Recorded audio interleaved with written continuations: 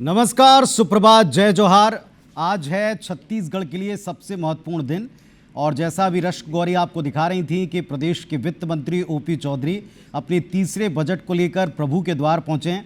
भोलेनाथ की आराधना करते दिखाई पड़ रहे थे। तो प्रदेश के लिए ये खुशहाली समृद्धि के साथ 2047 विजन वाला छत्तीसगढ़ के डेवलपमेंट पर फोकस करता हुआ एक बजट रहने वाला है। तो आज के बजट में प्रदेश की सरकार के पास क्या है आपके लिए, किस तरीके से प्रदेश की सरकार और वित्त मंत्री आने वाले 10-15 वर्षों का प्लान लेकर चल रहे हैं, इसके बारे में उन्होंने कल ही संकेत दिया कि पिछले 3 बजट में उन्होंने सिर्फ प्रॉमिसेस निभाए, चुनावी समय में किए गए वायदों को पूरा किया। अब बारी है चुनावों से आगे बढ़कर गढ़ने की। तो छत्तीसगढ़ को तेज रफ्तार विकास देने का दावा करने वाली सरकार किन विषयों पर फोकस करेगी, आज हमारे साथ एक पूरा पैनल है। इस पर हम चर्चा और डिस्कशन की शुरुआत करते हैं। आइए देखते हैं आज के बजट को लेकर तैयारियों से पहले क्या एक्सपर्ट उम्मीद अपने वित्त मंत्री से लगा रहे हैं। उनको सुनने की बारी है, उनको आप तक पहुंचाने की बारी। तो अभी आपको एक अपडेट दे दें। आज प्रदेश के वित्त मंत्री जी को आपने देखा, घर से राम मंदिर के लिए रवाना हुए हैं, राम मंदिर में दर्शन किए हैं। इसके पहले सपत्नीक पूजन करते दिखाई पड़े हैं। ये इस वक्त का सबसे बड़ा अपडेट है, तस्वीरों के साथ आपको दिखा रहे थे। राम मंदिर में दर्शनों के बाद वे सीधे विधानसभा जाएंगे और विधानसभा में कुछ औपचारिकताएं निभाने के बाद पटल पर बजट पढ़ना शुरू करेंगे। दोपहर 12 बजे कैबिनेट की मीटिंग है और तकरीबन 12:20-25 के बाद में ये बजट पढ़ना शुरू हो जाएगा। 12:30 बजे से प्रदेश का बजट प्रदेश के जनता को समर्पित होने लगेगा। आने वाला है छत्तीसगढ़ का बजट, ये सबको पता है, लेकिन क्या लाने वाला है इस पर एक्सपर्ट आपको काफ़ी हद तक अपनी बातों से ये बताएंगे कि क्या और किस तरह सरकारों के पास में मौका है। प्रदेश के वित्त मंत्री एक विजनरी टीम का हिस्सा बताए जाते हैं। केवल प्रदेश ही नहीं बल्कि देश में भी जो ज्ञान पर फोकस करने वाली बात की गई थी, इसमें विभिन्न सेक्टर्स के लिए, वर्गों के लिए और आयु वर्ग के लोगों के लिए क्या है, ये बातें कुछ देर में स्पष्टता से खुलकर सामने आने लगेंगी। एक लाइव तस्वीर आपको दिखा रहे हैं, राम मंदिर की तरफ लगातार आगे बढ़ते हुए प्रदेश के वित्त मंत्री जी, दूसरी तरफ उसके पहले किया गया पूजन। आइए अब पैनल से भी मिलिए, वो पैनल जो ये बताएगा कि क्या किया जा सकता है और क्या क्या एक्सपेक्ट करें हम प्रदेश की सरकार से, प्रदेश के वित्त मंत्री से। मुलाकात आपकी कराते हैं। हमारे साथ यहाँ दाएं पक्ष में डॉक्टर रविंद्र ब्रह्मे जी हैं, जाने माने अर्थशास्त्री, हर बार हमारे साथ में जुड़ते हैं और हमारे साथ जुड़कर बजट के ऊपर चर्चा करते हैं। तो प्री बजट उनके विचार जानना बड़े ज़रूरी हैं। बगल में डॉक्टर जवाहर सूरी शेट्टी साहब, जाने माने शिक्षाविद हैं आपको भी नमस्कार, बहुत स्वागत है, सुप्रभात। युवा कबीर चंद्राकर को आप देख रहे हैं। देश के बजट में हमने आपसे आपकी राय जानी थी, कृषि एक्सपर्ट के तौर पर बहुत से नए नए अनुसंधान और प्रयोगों को करने वाले, अब सरकार से किस प्रयोग की उम्मीद करें, इनसे जानेंगे। फिर यहाँ आप देख रहे हैं हमारे साथ में अजय गंगवानी साहब हैं, कांग्रेस पार्टी का पक्ष रखने के लिए इस मंच पर मौजूद हैं, यानी विपक्ष की बात कहेंगे और खुलकर कहेंगे। उनके सवालों का सामना उज्ज्वल दीपक साहब करेंगे, तर्कों से उस बात का जवाब देंगे। भारतीय जनता पार्टी के प्रवक्ता हैं और अपने विचार व्यक्त करने में माहिर हैं। और साथ में जसप्रीत सिंह सलूजा साहब, कार्यकारी अध्यक्ष चेंबर ऑफ कॉमर्स छत्तीसगढ़, उनको भी नमस्कार, मेरा बहुत स्वागत है आप सभी का पैनल पे। चलिए बिना देर किए, चूंकि अब बजट आने में बहुत कम वक्त बचा है, तो डॉक्टर ब्रह्मे से समझते हैं अर्थशास्त्री की दृष्टि से क्या कर सकती हैं प्रदेश की सरकार और प्रदेश के वित्त मंत्री अब की बार, जबकि वो 2 संकेत दे चुके हैं। प्रॉमिसेस निभा दिए, अब बारी है कुछ डायनेमिक करने की। और एक चीज़, हर बार एक स्लोगन ज़रूर आता है, एक शॉर्ट फॉर्म आता है जिसको एलेबोरेट किया जाता है। आप अब की बार क्या उम्मीद रखें? देखिए, मुझे लगता है कि कल जिस प्रकार से जो आर्थिक सर्वेक्षण आया है छत्तीसगढ़ राज्य का, और उसके पहले जो हमने केंद्रीय बजट देखा था, तो आर्थिक सर्वेक्षण की एक खास बात आप देखेंगे तो उसमें जो इकोनॉमी है उसमें थोड़ी सी परिपक्वता आती दिख रही है। वो इसलिए कि जो हमारा जो सर्विस सेक्टर है उसकी ग्रोथ जो है ज़्यादा बनी हुई है, सबसे ज़्यादा तीनों सेक्टर से ज़्यादा बनी हुई है, ये एक अच्छा सिग्नल है। दूसरा, यदि देखेंगे कि ज़रूर थोड़ा सा हालांकि वो 7% से ज़्यादा है इंडस्ट्री की ग्रोथ रेट, और वो पिछले 5 सालों की यदि ग्रोथ रेट देखेंगे तो पर्टिकुलर इंडस्ट्रियल सेक्टर की ज़्यादा है। उसी प्रकार से एग्रीकल्चर की भी ग्रोथ रेट अच्छी है। तो ये लगातार तीनों सेक्टर की ग्रोथ रेट इस बार का जो सर्वे आया है ये पिछले 3 सालों से ज़्यादा बनी हुई है, इसलिए हमारी पूरी ग्रोथ रेट 8% को क्रॉस कर गई है। तो इस बजट में ये प्रयास होगा सबसे पहले कि ये जो ग्रोथ का मोमेंटम है इस राज्य का, क्योंकि बना के रखा जाए, क्योंकि ज़रूरी है कि आप यदि 2047 में आपने जो विकसित छत्तीसगढ़ का लक्ष्य रखा है और जो मिड टर्म आपका जो था पिछले साल वित्त मंत्री कह रहे थे कि हमारा जो मध्यम अवधि का लक्ष्य है कि हमारी जो जीडीपी है इसको डबल। अच्छी तस्वीर डॉक्टर बम्मे आप भी देख रहे हैं, आप बोलते जाइएगा, लेकिन मैं आपको और दर्शकों को भी दिखा दूं जी। ये राम मंदिर वीआईपी रोड के आप दर्शन भी कर लीजिए और जी, आज जी। दर्शन करते हुए साष्टांग प्रणाम किया है प्रदेश के वित्त मंत्री जी ने, वे नजर आ रहे हैं टेलीविजन स्क्रीन पर। अब चूंकि आज उनके जेब में बिल पत्री का होना या भगवान के आशीर्वाद का होना बड़ा ज़रूरी है। एक हम कहते हैं ना कि टोकन ऑफ लक उनके साथ में ज़रूर जोड़ दिया है, एक पुष्प उनके हाथ में सौंपा है, एक उनके जेब में कुछ डाला गया। मतलब ये मान के चलिए कि वित्त मंत्री जी के पास अब वो चाबी आ गई है कि जिससे वो ताला खोलेंगे प्रदेश के विकास का। जी डॉक्टर बम्मे प्लीज कंटिन्यू। तो मैं यही कह रहा था कि वो पिछले वर्ष उन्होंने जो अपने बजट अभिभाषण में लक्ष्य रखा था कि हमको जो हमारा मध्यमकालीन जो लक्ष्य है कि हमारी जीडीपी को दुगना करना है, जो कि 5 लाख करोड़ की है उसको 10 लाख करोड़ करना है। तो उसके लिए ये जो ग्रोथ रेट है, जो आपकी जो डबल डिजिट की ग्रोथ रेट आ रही है करंट प्राइजेस पे, ये बहुत ज़रूरी है। तो यदि ये बनी रहेगी तो हम मध्यम अवधि का लक्ष्य बिल्कुल पा लेंगे अगले जो 5 साल में लक्ष्य रखा गया। एक छोटा सा सवाल है, विपक्ष इस पर सवाल जरूर संभवतः इसमें उठाए जी, लेकिन कल हमने जो पहले रिएक्शंस देखे थे उन्होंने कहा था ये सब आंकड़ों की जादूगरी होती, लेकिन फैक्ट्स एंड फिगर्स के ऊपर आपकी बारीक नजर रहती। ये देश के विकास दर से ऊंची विकास दर 12 से 13% जी, ये क्या लग रहा है, प्रैक्टिकल है, स्वाभाविक है? हाँ देखिए, ये तो राज्य का जो आर्थिक सांख्यिकी संचालनालय है ये इसके जीडीपी के फिगर देता है और फिर ये फिगर जाके जो है सीएसओ के पास फिगर जाते हैं। तो पूरे फिर आपको रुकना पड़ेगा, कुछ कह रहे हैं वित्त मंत्री जी, अगर आवाज आ रही तो सुनवाएं। आदरणीय मुख्यमंत्री जी के नेतृत्व में प्रभु श्री रामचंद्र जी के आदर्शों पे चलते हुए बेहतर से बेहतर काम करने का प्रयास हमारी सरकार कर रही है। अभी राम दरबार में हम लोग आशीर्वाद लेकर बजट प्रस्तुत करने के लिए विधानसभा में जा रहे हैं और आगे के लिए थोड़ा इंतजार। रिफॉर्म से परफॉर्म पर जोर दिया गया था, इस बार किस पे जोर रहेगा? सा इंतजार कीजिए कहा गया। अब मैं एक टिप्पणी में डॉक्टर जवाहर सूरी शेट्टी साहब की, क्योंकि हर बार वो भी हमको कुछ ना कुछ नया बताते हैं। पहले हस्तलिखित बजट आया था, अब तो डिजिटल का ज़माना है। सर आप क्या उम्मीद कर रहे हो आज? हाँ, मैं उम्मीद ये कर रहा हूँ कि केंद्र शासन ने जो बजट पेश किया था, हाँ जी, वो 2047 की ओर अग्रसर था। मुझे लगता है उसका एक मिरर इमेज, एक छोटा मिरर इमेज छत्तीसगढ़ में पेश होगा, उसका रिफ्लेक्शन हमें दिखाई देगा और ये बहुत अच्छा संकेत है कि राष्ट्र की जो लक्ष्य हैं वो अगर प्रतिबिंबित होते हैं राज्य में तो उससे अच्छी बात हो ही नहीं सकती। एक दूसरी बात, मुझे लगता है कि ये बजट युवाओं के लिए ज़रूर होगा और मैं इसलिए उम्मीद करता हूँ युवाओं के लिए होगा क्योंकि जो वादे हैं महिलाओं के लिए या किसानों के लिए वो काफ़ी हो चुके हैं।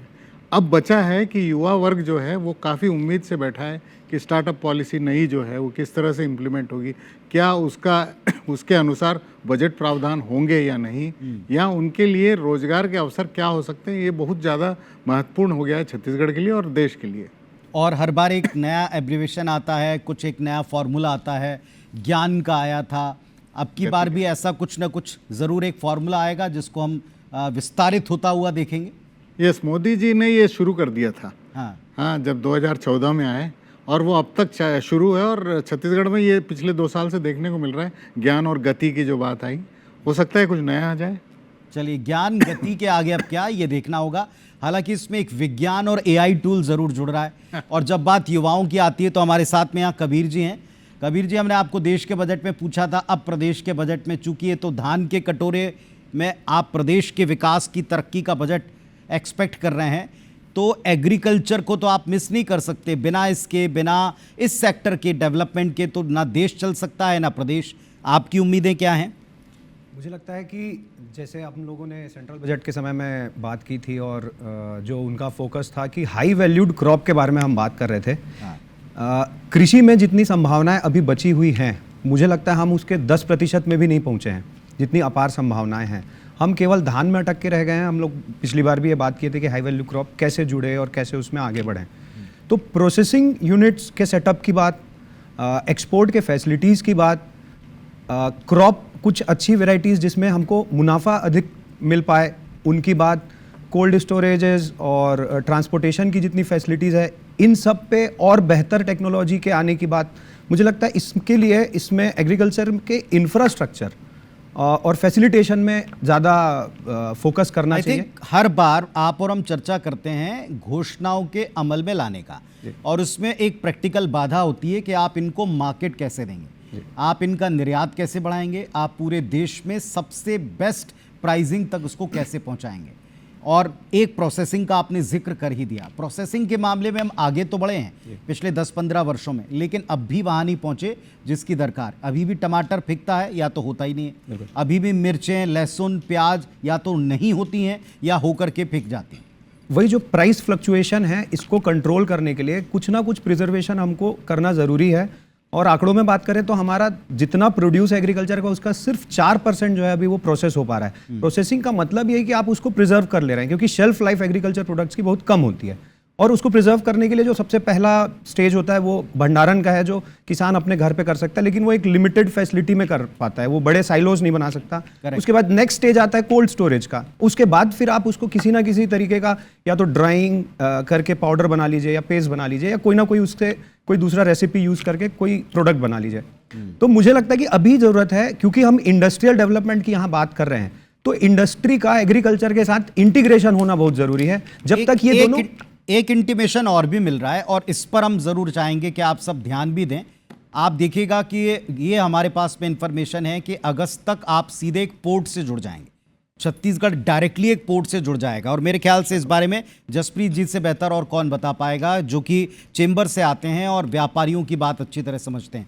आप बताइए जसप्रीत जी, विशाखापट्टनम से सीधे हम एक कॉरिडोर के द्वारा जुड़ रहे हैं, और जिस गति से काम चल रहा है ये माना जा रहा है कि अगस्त सितंबर तक बहुत ज़्यादा अगर हुआ तो हम ये मानकर चलते हैं कि अब की बार त्योहारी सीजन पर कारोबार को एक नया रास्ता खुल जाएगा। क्या आपकी उम्मीद है कि अब की बार बजट में इस दिशा में कुछ हो सकता है, इस ट्रैक पर कुछ हो सकता है? Puneet ji, to start this debate with a lighter note, अभी हमने देखा कि राम मंदिर में जब वित्त मंत्री श्री ओपी चौधरी जी गए, तो पंडित जी ने उनकी जेब में कुछ डाला, आपने उस पर टिप्पणी भी की। जी जी। मैं चाहता हूं चैम्बर ऑफ कॉमर्स की तरफ से, हम सब व्यापारियों की तरफ से हम ये चाहते हैं कि अब वित्त मंत्री जी भी आम लोगों की जेब में कुछ डालें। अगर आपने ध्यान दिया तो मैंने ये भी उसमें छोटा सा जोड़ा कि अभी उन्होंने डाला, वो क्या हमारे जेब में डालने वाले हैं, इस पर थोड़ा सा आप लोग अपने अपने सेक्टर वाइज नजर डालिए। बिल्कुल। आपने बात स्टार्ट की थी जो विशाखापट्टनम पोर्ट के विषय में जी, तो ये एक कॉरिडोर तो लगभग कंप्लीशन की ओर है, और आपने उसकी तारीख भी एक टेंटेटिव बताई कि अगस्त तक वो पोर्ट स्टार्ट हो जाएगा। जब सेंट्रल बजट आया था उस समय कबीर जी और हम दोनों साथ में मंच पे थे, और संयोग से उसके बाद मिलने की हमारा संभावना बनी, और हम लोगों ने इस विषय पर बहुत सारी बात की थी, एग्री प्रोडक्ट्स के विषय में भी। छत्तीसगढ़ के अंदर में उत्पादन होने वाली बहुत सारी चीजें, जैसे उन्होंने बताया कि शेल्फ लाइफ बहुत कम होती है, तो इसके एक्सपोर्ट की संभावना बहुत ज्यादा है। लेकिन एक्सपोर्ट की संभावना के लिए जो सबसे ज्यादा इंपॉर्टेंट है वो है कि हमारे यहाँ छत्तीसगढ़ के अंदर में खनिज संपदा बहुत है, हमारे यहाँ एग्री प्रोडक्ट बहुत है, लेकिन इनके ऊपर वैल्यू एडिशन करना, और वैल्यू एडिशन करने के बाद इन चीजों को एक्सपोर्ट करना। दो छोटे छोटे एग्जाम्पल दूंगा मैं आपको। जैसे अभी हम जब कबीर जी और हम बातचीत कर रहे थे, तो हमने एक्सपोर्ट के बारे में थोड़ा सा चीजें हम लोगों ने जानने की कोशिश की कि यहाँ से कौन से एग्री प्रोडक्ट एक्सपोर्ट हो सकते हैं। तो ध्यान में आया कि यहाँ पर IQF की बड़ी आवश्यकता है। जो सब्जियां यहाँ पर होती हैं उनका सेल्फ लाइफ कम होने के कारण में बहुत ज्यादा खराब हो जाती हैं, और आज अगर IQF लग जाए यहाँ पर, कोल्ड चेन लग जाए यहाँ पर, और उन सब्जियों को प्रिजर्व कर लिया जाए, तो एक्सपोर्ट करने में बहुत आसानी होगी, क्योंकि एक बार अगर आप उनको फ्रीज कर लेते हैं तो फिर उनकी शेल्फ लाइफ काफी बढ़ जाती है। बस एक छोटी सी टिप्पणी मैं यहाँ पर कबीर जी की चाहूँ। कबीर जी, ये जो ट्रैक है इस पर आपकी कोई राय है? ये एक नया रास्ता जो हमारे लिए खुल रहा है। बिल्कुल बिल्कुल, ये संभावनाएं जो है, आप लोगों ने पिछली बार भी मांग की थी कि हमारे पास में रेलवे है, सड़कें हैं जी, पोर्ट नहीं था। करेक्ट। पोर्ट जो है, कार्गो की बात हम लंबे समय से कर ही रहे हैं। करेक्ट। जो एक्सप्रेसवे है, एक तो उससे दूरी भी कम हुई है, क्योंकि वो रास्ता पूरा चैनल ही अलग नया बनाया है, और मुझे लगता है कि जितना जल्दी आप वहां तक पहुंचा पाएंगे अनइंटरप्टेड, जब अगर वो पहुंचेगा तो कॉस्ट ऑफ ट्रांसपोर्टेशन काफी नीचे आ जाएगा। शेल्फ लाइफ हम बेहतर मैनेज कर पाएंगे और इससे कहीं ना कहीं जो कॉस्ट ऑफ प्रोडक्शन है, ओवरऑल कॉस्ट ऑफ प्रोड्यूस है, वो नीचे आएगा। तो ये एक बहुत बड़ा मुझे लगता है कि सपोर्ट मिलेगा इस पोर्ट के बनने से। इनफैक्ट अभी शायद नई घोषणा ये भी हुई कि जो समृद्धि महामार्ग है नागपुर से मुंबई तक का, उसका एक्सटेंशन रायपुर तक होना है, वो भी एक बहुत बड़ा, क्योंकि देखिए जो अच्छे पोर्ट्स या अच्छे मार्केट्स हैं वो गल्फ की तरफ है। मतलब डायरेक्शन आप देखें तो नाहा शेवा पोर्ट मुंबई में है, मुंबई से अगर हम बेहतर कनेक्ट हो पाते हैं तो ये और भी ज़्यादा हमको मदद करेगा। जी जी, अब सलूजा जी आपकी एक लास्ट, अगर फाइनली जैसे आपने कहा आपके जेब में आपको कुछ डाले जाने की उम्मीद है, कारोबारियों के जेब में क्या डाला जाना चाहिए? देखिए, सेंट्रल गवर्नमेंट और स्टेट गवर्नमेंट की योजनाएं बहुत अच्छी होती हैं, पर हम हमेशा कहते आए हैं इस बात की और इंगित करते आए हैं कि इसके क्रियान्वयन में थोड़ी सी दिक्कत होती है, क्योंकि कहीं ना कहीं जो ब्यूरोक्रेट्स हैं और जो व्यापारी हैं उनके बीच में एक, अगर व्यापारिक संगठनों को सेतु का काम करने का मौका मिले तो शायद व्यापारी अपनी बात बहुत आसानी से व्यापारिक संगठन तक, और व्यापारिक संगठन चूंकि दिन प्रतिदिन उन लोगों का इंटरेक्शन ब्यूरोक्रेट्स के साथ होता है तो अधिकारियों तक वो व्यापारी की बात पहुंचा पाएंगे। तो मुझे ऐसा लगता है कि अगर स्टेट गवर्नमेंट ऐसी कोई एक पॉलिसी लेके आए जिसमें व्यापारिक संगठनों की भूमिका इसमें महत्वपूर्ण हो, तो मुझे ऐसा लगता है कि बहुत अच्छा काम हो सकता है। चलिए अब आते हैं, हमारे साथ में दो ऐसे शख्सियत हैं जो दोनों पार्टियों को रिप्रेजेंट करते हैं। जनता ने इनकी जिम्मेदारियां पहले ही तय कर दी हैं, एक को सत्ता पक्ष और दूसरे को विपक्ष में बैठा करके। तो पहले जरा विपक्ष की सुन लीजिए। अजय गंगवानी साहब, बताइए आप क्या प्रैक्टिकली आपने सर्वेक्षण रिपोर्ट के बाद अब तक महसूस किया है, विपक्ष किन चीजों पर नजर रखेगा? देखिए पुनीत जी, महत्वपूर्ण है, किसी भी सरकार का जो बजट है वो सिर्फ आय व्यय का ब्यौरा नहीं है, वो एक पॉलिसी डॉक्यूमेंट है, एक विजन डॉक्यूमेंट है कि आने वाले एक साल में यहाँ की शायद सरकार किस प्रकार से किसान की जेब में, युवा की जेब में, महिला के खाते में, आदिवासी हैं, गरीब मजदूर है। अभी मेरे मित्र जो चैम्बर ऑफ कॉमर्स का रिप्रेजेंट कर रहे हैं वो भी स्पष्ट रूप से कह रहे हैं कि जिस प्रकार से राम मंदिर में जेब में डाला गया, क्या छत्तीसगढ़ की आम जनता की जेब में डालने का सार्थक और सही प्रयास माननीय वित्त मंत्री ओपी चौधरी जी करेंगे। लेकिन महत्वपूर्ण बात है कि 2 बार का जो बजट है, बड़े बड़े दावे तो किए गए, पहले बजट में बात की गई ज्ञान की, गरीब, युवा, अन्नदाता, नारी, चारों वर्गों का हित नहीं हो पाया। पिछली बार का जो जुमला था वो था गति मतलब good governance, accelerating infrastructure, technology और इंडस्ट्रियल ग्रोथ, चारों सेक्टर में एक्सलेशन की बात की गई। लेकिन लंगड़े बजट से न आम आदमी का भला हो पाया, न महिला का, न युवा का।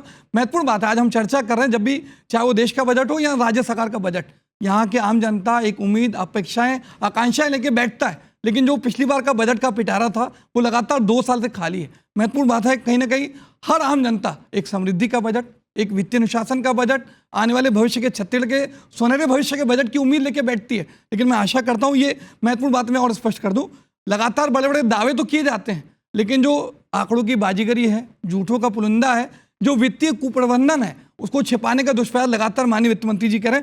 अभी लगातार देखिए 3 विभागों की बात है, उसके आंकड़े में स्पष्ट कर दूं, कृषि विभाग के प्रतिनिधि बैठे हैं। पिछले बजट में 15,337 करोड़ का प्रावधान किया गया, जबकि खर्चा किया गया 14,253, मतलब 1,084 करोड़। 70% जनसंख्या कृषि कार्य से जुड़ी है, 1,084 करोड़ जो पैसा है वो लैप्स हो जाते हैं। आज यहाँ पे कभी टोकन के लिए भटक रहे हैं, लगातार किसान आत्महत्याएं कर रहे हैं, कीटनाशक ले रहे हैं, और लेकिन यहाँ जो बजट है वो बचा हुआ है। शिक्षा के प्रतिनिधि बैठे, उसकी बात कर लूँ, 22,824 करोड़ का प्रावधान था, खर्चा किया गया 21,293, मतलब 1,530 करोड़ रुपए शिक्षा विभाग का लैप्स हो जाता है। लगातार यहाँ 60,000 शिक्षकों की कमी है, चौक दस्ते की कमी है, आप 10,000 स्कूल बंद करने की तैयारी कर रहे हैं, लेकिन शिक्षा का 1,530 करोड़ रुपए आज खर्चा करने के लिए तैयार नहीं है। सबसे महत्वपूर्ण बात, स्वास्थ्य विभाग, आज ग्रामीण जो है लगातार इलाज के लिए भटक रहे हैं। 9,592 करोड़ का प्रावधान पिछले बजट में शायद सरकार ने किया, खर्चा किया गया 7,078 करोड़, मतलब 2,513 करोड़ रुपए स्वास्थ्य बजट का लैप्स हो रहा है। आप देख रहे हैं आयुष्मान योजना में भाव नहीं हो रहा है, लगातार ग्रामीण बेचारे इलाज के लिए भटक रहे हैं। तो महत्वपूर्ण 3 क्षेत्र, कृषि, शिक्षा और स्वास्थ्य, जो बजट का प्रावधान किया गया, उसका लगभग कुल मिला के जो बजट का प्रावधान था 61,940 करोड़ रुपए, खर्चा किया गया 55,281 करोड़, मतलब 6,658 करोड़ रुपए छत्तीसगढ़ के गाड़े पसीने के बजट आवंटन का यहाँ के अधिकारी, यहाँ के कर्मचारी आज वो खर्चा करने के तैयार नहीं। क्या कोई जिम्मेदारी तय की जाएगी? आखिरी महत्वपूर्ण बात स्पष्ट कर दूं, पूंजीगत व्यय, किसी भी बजट का सबसे बेस होता है पूंजीगत व्यय। ये माना जाता है पुनीत जी कि अगर 100 रुपये पूंजीगत व्यय किया जा रहा है तो 247 रुपये, मतलब लगभग 2.5 गुना जो है अर्थव्यवस्था आगे की ओर बढ़ती है। 13 विभागों के पूंजीगत व्यय में कटौती की गई है। तो मैं महत्वपूर्ण बात कहना चाह रहा हूँ कि बड़े बड़े मोदी गारंटी के नाम पे दावे तो आप करते हैं, न महिलाओं को 500 में सिलेंडर मिलता है, न 1 लाख युवाओं को रोजगार मिलता है, न 100 दिन में नियमित कर्मचारी नियमित होते हैं, 18 लाख प्रधानमंत्री आवास से बोर्डिंग और प्रचार प्रसार में दिखता है किसानों को 3100 मिलेगा। आखिरी महत्वपूर्ण स्पष्ट कर दूं, महतारी वंदन का दावा कर रहे हैं 70 लाख महिलाएं। पुनीत जी 700 करोड़ रुपए 1000 रुपए के हिसाब से प्रतिमाह लगता है। एक साल में 8400 करोड़ के बजट के प्रावधान की बात है। पिछले बजट में 5500 करोड़ रुपए। मैं पूछना चाहता हूं, जब आपको बजट के प्रावधान की महतारी वंदन की 70 लाख महिलाओं के लिए 8400 करोड़ रुपए की आवश्यकता है, तो कम बजट में कैसे देंगे? ये दोहरा क्षेत्र क्यों है? एक तो आप दावा करते हैं हम 70 लाख महिलाओं के खाते में पैसे डाल रहे हैं, आपके बजट में प्रावधान ये कैसे होगा? 1360 करोड़ रुपए महिलाओं को सिलेंडर देने की बात है, 36 लाख यहाँ कनेक्शन है, अगर उनको 500 में सिलेंडर देने का बात कर रहे हैं तो 1620 करोड़ रुपए लगेगा। क्या आपके बजट में प्रावधान है? मैं स्पष्ट रूप से कहना चाह रहा हूं, बड़े बड़े दावे तो आपके बजट में दिखते हैं, परंतु नियत नीति मंशा। चलिए, 3 बातें आपने जो उठाई हैं, मैं तीनों पर उत्तर ले लेता हूं सिलसिलेवार तरीके से। कृषि, शिक्षा, स्वास्थ्य, इन तीनों में 6658 करोड़ रुपए लैप्स हो गया। इस पर विपक्ष सवाल उठा रहा है। पूंजीगत व्यय घटा दिया तो विकास आपका कैसे हो पाएगा, इस पर सवाल उठाया जा रहा है। उज्जवल दीपक जी उत्तर देने के लिए मौजूद है। और तीसरा, महिलाओं को लेकर किए गए प्रॉमिस पर बजट एलोकेशन जितना रहा उस पर भी सवाल। पुनीत जी, पिछले 25 सालों में 30 गुना बढ़ोतरी हुई है हमारे एसजीडीपी में। ग्रॉस स्टेट डोमेस्टिक प्रोडक्ट में 6,31,000 करोड़ का हो चुका है, जो पिछले साल की तुलना में अनुमानित 11.57% ज़्यादा है, जो राष्ट्रीय एवरेज से ज़्यादा है। आपको मैं कुछ आंकड़े बताता हूँ। कृषि में 12.53% की वृद्धि हुई है। उद्योग में 10.26, और सबसे जो आश्चर्यजनक चीज़ है, सबसे प्लेजेंट सरप्राइज है सर्विसेज, जो पूरे देश में विश्व में सर्विसेज की बात चल रही है, 13.15% की वृद्धि हुई है। बढ़ती आय, बेहतर अवसर, समृद्ध जीवन के साथ सशक्त छत्तीसगढ़ का हिस्सा बने।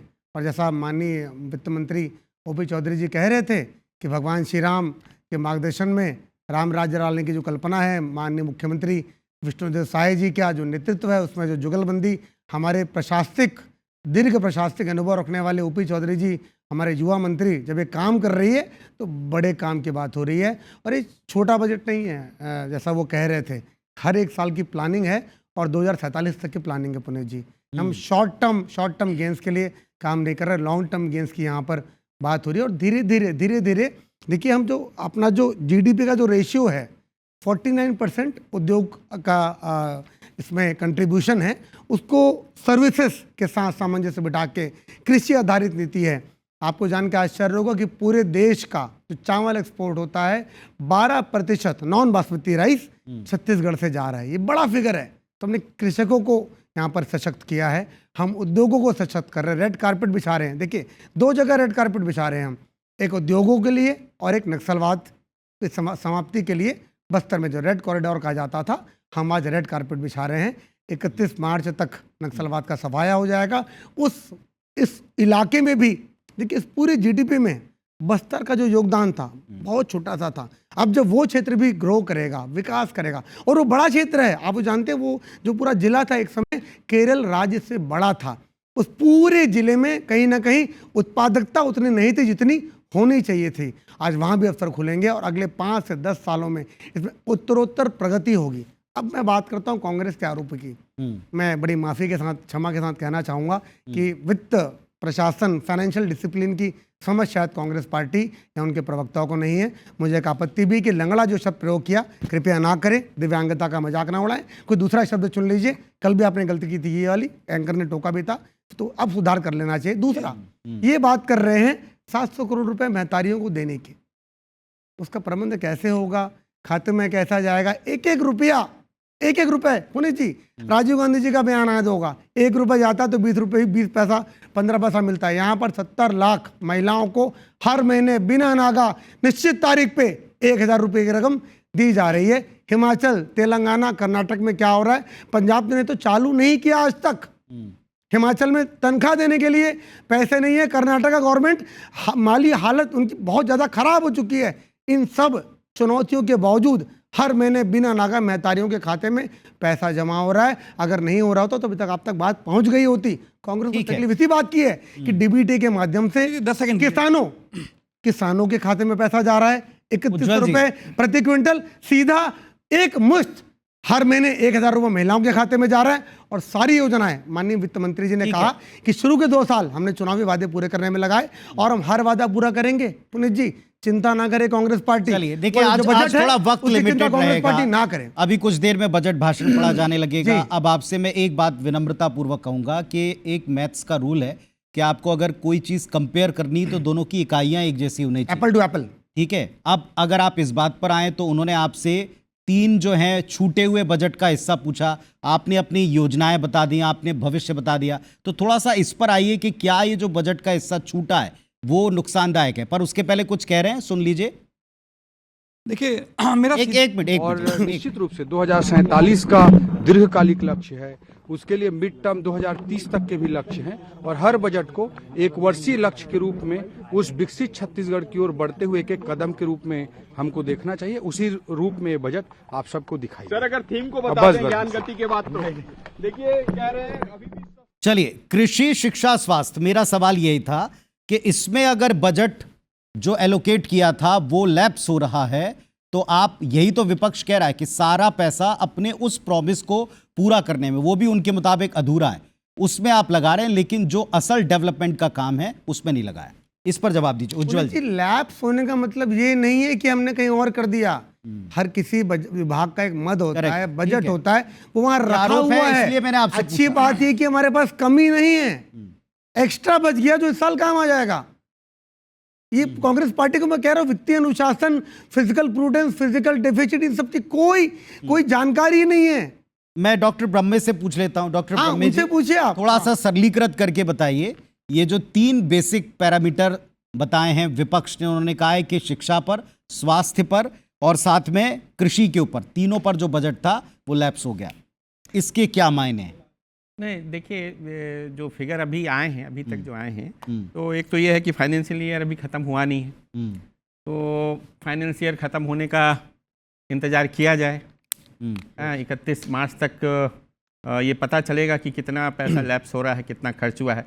अभी शायद ये प्रोविजनल फिगर होंगे, तो जो एलोकेशन रखे, यानी एक अर्थशास्त्री के रूप में ज़रूर मैं कहूँगा कि ये एक यानी जो फाइनेंस कमीशन है उसकी भी रिपोर्ट थी। और मैं 1-2 सवाल आपसे और पूछता हूं। जैसे अभी जैसी घोषणाएं होंगी तो हम हिसाब लगाने लगेंगे कि क्या और किस सेक्टर को कितना लाभ दे पाएगा, आवश्यकता कितनी। लेकिन महिलाओं के लिए चलाई जाने वाली जो योजना है, डायरेक्ट बेनिफिट जो स्कीम है, अनाज जो मुफ्त में बांटा जा रहा है, ये तो पूरे देश में एक बहस का विषय है कि देश की वित्त मंत्रियों को, देश की सरकारों को इसे पूरा करने में बहुत तरीके से इंतजाम प्रबंध करने पड़ रहे हैं। प्रदेश के लिहाज से आपको लगता है एक बड़ा हिस्सा हम उसमें दे रहे हैं, पर्याप्त इंतजाम हम कर पा रहे हैं, या कुछ कहीं से हमको कटौती करनी पड़ रही है? देखिए, यदि राज्य की आप वित्तीय स्थिति देखेंगे तो रेवेन्यू ग्रोथ जीएसटी के कारण ठीक बनी हुई है राज्य की जी, तो रेवेन्यू ग्रोथ भी है। दूसरा, फिजिकल डिसिप्लिन देखा जाता है, इस साल से नया इंडिकेटर आ गया, केंद्र सरकार ने भी अपने बजट में रखा कि वो पहले तो फिजिकल डेफिसिट रखते थे, इस बार से उन्होंने कहा कि हम जो पूरे हमारी जिसे कहें ऋण और जीडीपी का जो अनुपात है केंद्र सरकार, वो अपना कम कर रहा है। छत्तीसगढ़ का भी अभी 25% पे है, तो इट्स ये जो है ये सुरक्षित सीमा में है, आप कहेंगे ऋण और जीडीपी का अनुपात छत्तीसगढ़ का।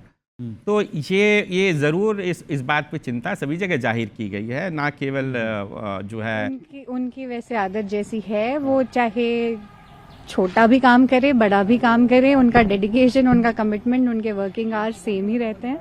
But obviously budget biggest day कहा जा सकता है एज ए फाइनेंस मिनिस्टर, तो उसके लिए और एक्स्ट्रा वो है, नींद उनकी 3-4 दिन से उड़ी हुई है एंड वो जागते जागते जैसे हाल होता है वैसा सा कि मैं क्या करूं, कैसे बोलूं, कैसे किन चीज़ों को इंक्लूड और कर लूं, इस टाइप से। आपकी क्या हेल्प रही? तो प्रदेश के वित्त मंत्री जी की धर्म पत्नी, मतलब जो घर का बजट संभालती होंगी, उनका क्या उम्मीदें हैं वो इस बारे में बात कर रही थी। नींदें उड़ी हुई हैं, और जाहिर सी बात है कि जिनके पास में पूरे प्रदेश के डेवलपमेंट का, और एक बात मैं फिर इसमें जोड़ूंगा कि हमारे प्रदेश के वित्त मंत्री जी एक प्रशासनिक तजुर्बा रखने वाले पूर्व आईएएस अधिकारी तो हैं ही, लेकिन साथ ही साथ जो केंद्र की और पूरे देश में आर्थिक गति को बढ़ावा देने वाली जो टीम है, उस टीम का भी एक पार्ट हैं, और बड़ा ही युवा और डायनेमिक पार्ट हैं। उनके ऊपर जो केंद्र का विश्वास है, केंद्रीय नेतृत्व का विश्वास है, ये किसी से छिपा नहीं। तो तो यहाँ जो वो करेंगे, और बस्तर ओपन हो जाने के बाद इसमें भी कोई शक नहीं, अब की बार 3 बातें जो बिल्कुल नई हैं, जो अब से पहले कभी नहीं हुई।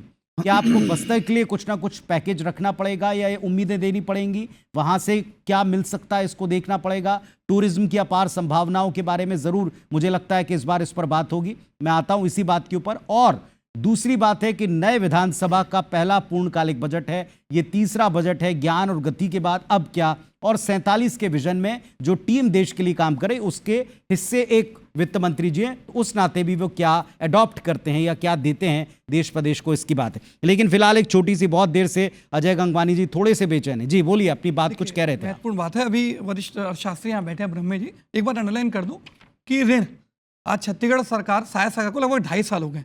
2.5 साल के अंदर 30,000 करोड़ से अधिक का ऋण लिया गया है, मतलब प्रति माह 1,000 करोड़ और प्रतिदिन लगभग 35 करोड़ का ऋण लिया जा रहा है। तो ये तो कंबल ओढ़ के घी पीने वाली बात है। एक बात मुझे बताएगा अजय जी, ये राजनीतिक आरोप, अगर हम इसको थोड़ा सा इसकी सच्चाई को टटोलें, आप कोई राज्य ऐसा जानते हैं तो आप जरूर दर्शकों को बताएं जहां आपकी सरकारें हों और वहां पर आपको किसी तरह का कोई ऋण ना लेना पड़ रहा। देखिए, क्योंकि जब हम कांग्रेस की सरकारों से पूछते हैं तो आप कहते हैं हम तो डेवलपमेंट पे खर्च कर रहे हैं, दूसरे इसे अपने ऐशो आराम पर खर्च करें। ये एक राजनीतिक आरोप, ठीक है, पर क्या आज की वित्तीय व्यवस्था में आपको लगता है बिना ऋण के कोई भी सरकार, किसी भी प्रदेश की सरकार, तो थोड़ा जरूर आप क्लियर कीजिए, हम भी अपना ज्ञान बढ़ाएंगे। देखिए, महत्वपूर्ण बात है पुनीत जी, ऋण लेना कोई बुराई नहीं है। महत्वपूर्ण बात है कि ऋण किस बात के लिए लिया जा रहा है। आज जो मैंने आंकड़े सारे दिए कि सारे जो बजट्स हैं, चाहे स्वास्थ्य हो, शिक्षा हो, सड़क हो, पानी हो, बिजली हो, आज ये लगातार इसमें कटौती की जा रही है। उज्जवल जी इस पर जवाब दीजिए। 30,000 करोड़ से ज्यादा का ऋण लिया जा रहा है, प्रतिदिन 35 करोड़। अंडरलाइन करो आपके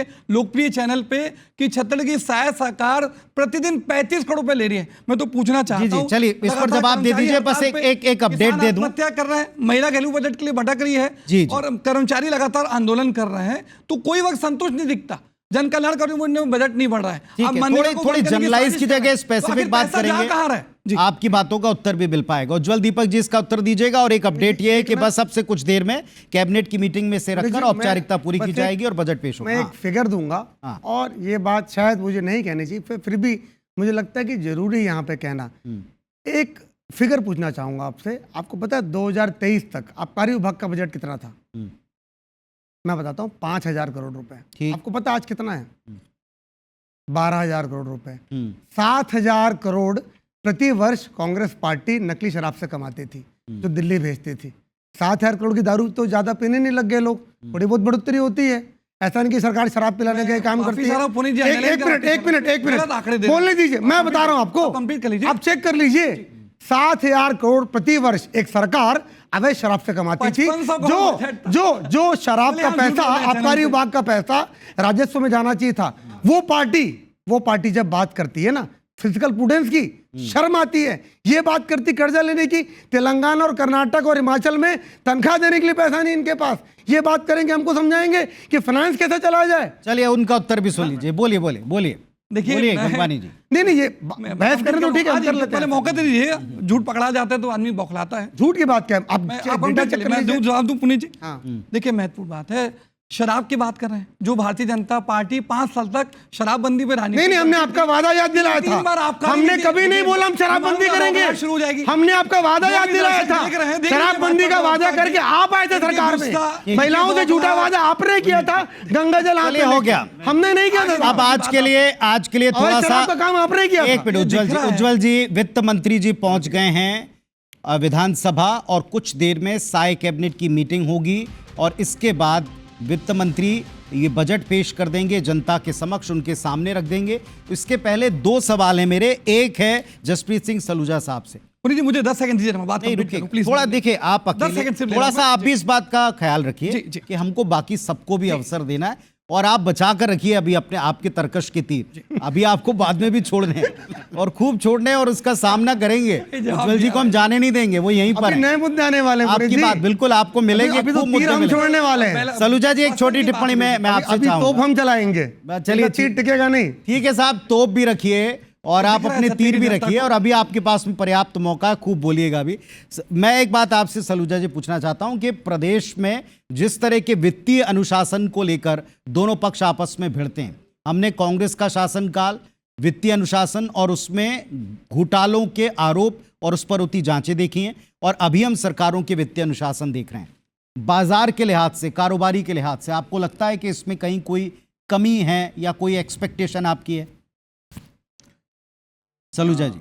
बिल्कुल, मैं पुनीत जी आपकी बात से बिल्कुल सहमत हूं। और एक मैं आपको बात बताऊं, ठीक है, ये तो राजनीतिक दल है, राजनीतिक दलों का काम होता है एक दूसरे के ऊपर आरोप और प्रत्यारोप लगाना। वास्तव में जब से जीएसटी आया है, जीएसटी आने के बाद में पहले क्या होता था कि राज्य सरकारें तय करती थी कि किस वस्तु के ऊपर में स्टेट टैक्स कितना होगा। अब राज्य सरकारें तय नहीं करती है, जीएसटी के माध्यम से केंद्र सरकार तय करती है। जो सामान्यतः राज्य सरकार का बजट होता है वो एक प्रकार से एक उनके पास फंड है, और उस फंड को किस मद में कितना एलोकेट करना, ये वाला एक काम होता है कि किसकी पॉकेट में कितना पैसा डालना, युवा उद्यमियों के लिए कितना डालना, कृषि के क्षेत्र में कितना डालना, शिक्षा के क्षेत्र में कितना डालना। और एक व्यापारिक अगर दृष्टि से हम देखें तो समाज में किसी भी क्षेत्र में वो पैसा जाए घूम फिर के व्यापार में ही आता है। इसलिए ये एलोकेशन का काम है, और उसमें वित्तीय प्रबंधन वाली जो स्थिति है वो अगर बेहतर होता है तो मार्केट के अंदर में मूवमेंट अच्छा होता है। और अभी मैं एक बात आपसे भी पूछता हूं, एक टिप्पणी आप कर दीजिए, फिर मैं जाऊंगा डॉक्टर शेट्टी के पास में। अब की बार ये भी फैक्ट है, जैसे मैंने कहा कि 3 रिमार्केबल पॉइंट जो पहले कभी नहीं रहे। आप बस्तर के लिए अब तक कोई भी बजट अगर सोचते थे तो वो केवल वहां की सुरक्षा को लेकर के हो सकता था, कैसे बचाया जाए, वहां फोर्स को कैसे एम्पावर किया जाए। अब की बार अब वहां से कैसे कमाया जाए और वहां किन सेक्टर्स को पहुंचाया जाए, संभवतः इस पर भी इस बजट से ही हम उम्मीद लगा सकते हैं। आप क्या सोचते हैं इस बारे में? जी हाँ, मैं यही कह रहा हूं ना। देखिए, बस्तर चूंकि अब नक्सल मुक्त होने की राह पे है और लगभग नक्सल मुक्त हो चुका है। बस्तर के अंदर में और सरगुजा के अंदर में फॉरेस्ट प्रोडक्ट बहुत ज़्यादा मात्रा में उपलब्ध हैं। अगर हम देखें वहाँ पर, और फॉरेस्ट प्रोडक्ट के ऊपर में वैल्यू एडिशन होता है और उनका एक्सपोर्ट होता है, और वहाँ कोई अच्छा पैकेज आता है, कोल्ड चेन्स आती हैं, और इस टाइप की अगर कोई चीज़ें होती हैं, तो मुझे लगता है कि बस्तर के डेवलपमेंट की राह के लिए बहुत आवश्यक होगा, और इससे एक नई दिशा वहाँ के डेवलपमेंट को मिलेगी, मुझे ऐसा लगता है। जी डॉक्टर शेट्टी, आपकी क्या इस पर राय? क्योंकि हमने बस्तर पर आपके साथ में पॉडकास्ट में भी चर्चा की थी और माना था कि बस्तर में जो और जिस तरह की परिस्थितियां अब निर्मित हैं, अब बड़ी खूबसूरत तस्वीर है, वो भी देख लीजिए। ये वित्त मंत्री जी के सदन पहुंचने के पहले एक तो उनके हाथ में जो रेड कलर का पाउच है, लिफाफा है, उन्होंने उसे वहां ज़मीन पर रखा है और उसके बाद प्रणाम किया है विधानसभा परिसर में प्रवेश करने से पहले। चूँकि ये पूरे प्रदेश के उम्मीदों का मंदिर है, केंद्र है, तो इसमें प्रणाम करके वे दाखिल हुए हैं। कुछ टोकन ऑफ रिस्पेक्ट, कुछ बड़े अच्छे मोमेंट्स होते हैं, कुछ ऐसी रस्में हैं जिनको हम या तो बनते हुए या वर्षों तक निभाए जाते हुए देखते हैं। ये देखिए आप, उनके हाथ का ये लाल कलर का लिफाफा, हर बार ये किस मटेरियल का बना है, भीतर क्या है, ये डिजिटल होगा, इसका स्वरूप कैसा होगा, अंदर से टैबलेट है, लैपटॉप है या हस्तलिखित कोई चीज़ है, किस तरह का प्रयोग किया जाएगा, ये सबका बड़ा इंटरेस्ट होता है प्रदेश के वित्त मंत्री को लेकर के। उनके स्वभाव को लेकर हम सब जानते हैं कि वो प्रयोग धर्मी भी हैं और ज़हीन तो हैं ही। तो फिर हम ये मान के चल सकते हैं कि आने वाले बजट में बहुत सी नवीनताएं, बहुत से नवाचार आपको देखने को मिलेंगे। जी डॉक्टर शेट्टी।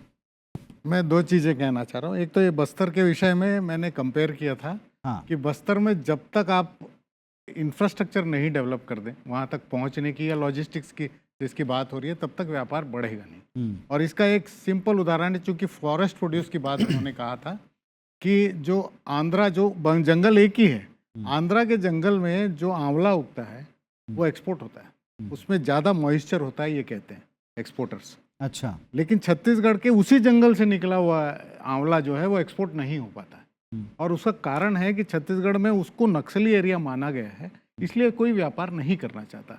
अगर नक्सली 31 मार्च तक, जो कि लगता है कि हो जाएगा खात्मा, तो हमको इमीडिएटली वहाँ करना पड़ेगा एक कोई प्लान जिससे कि बस्तर बेहतर तरीके से ट्रेड और इसमें जुड़ सके मेनलैंड से। दूसरी चीज़ जो अजय गंगवानी जी ने कहा कि 10% अनयूटिलाइज्ड है शिक्षा में, वो दर्द कर रहा है मुझे। उसका कारण ये है कि अगर आंकड़े उठाते हैं आप 18 से लेके 23 तक, तो 72% ऑफ बजट वाज यूटिलाइज्ड इन 18। हाँ, 86 वाज यूटिलाइज्ड इन 2021, ऐसा 1920। हाँ, 2021 में 81। तो इस तरह का 10% बचना जो है, ये इशारा नहीं करता है कि हमने जुडिशियसली यूज नहीं किया। करेक्ट, ठीक है। हाँ, इसका मतलब है कि हमने कहीं ना कहीं, या तो कभी इलेक्शन आ जाता है, हाँ, जिसकी वजह से हम प्रोग्राम्स नहीं ले जा पाते, तो यूटिलाइज नहीं हो पाता है। चलिए, फोकस की भी एक बात है, लेकिन कबीर, आपको ये जो अभी एक बात बोली डॉक्टर शेट्टी ने कि आंवले का एक उन्होंने जिक्र किया, चूंकि आप और भी बहुत से ऐसी चीज़ें हैं, मैं श्री अन्न की बात करूंगा, हमने नेशनल बजट में भी इस पर काफ़ी डिस्कशन किया था। हमारा प्रदेश तो हर ज़िले में एक उपज के साथ एंटाइटल पिछली सरकार के वक्त ही हुआ था। हमने एक ज़िला एक उपज पर तभी काम किया था। अब की बार जब आप बस्तर को पूरी तरीके से ओपन करेंगे कारोबार के लिए, व्यापार के लिए, डेवलपमेंट के लिए, आपकी एक्सपेक्टेशन वहाँ से क्या है? वहाँ तो हर ज़िले में एक उपज है, वहाँ तो हर ज़िले में प्रोडक्ट है, वहाँ शिल्पकारी भी है। बस्तर के बारे में एक इंटरेस्टिंग बात सभी को मैं बताना चाहता हूँ।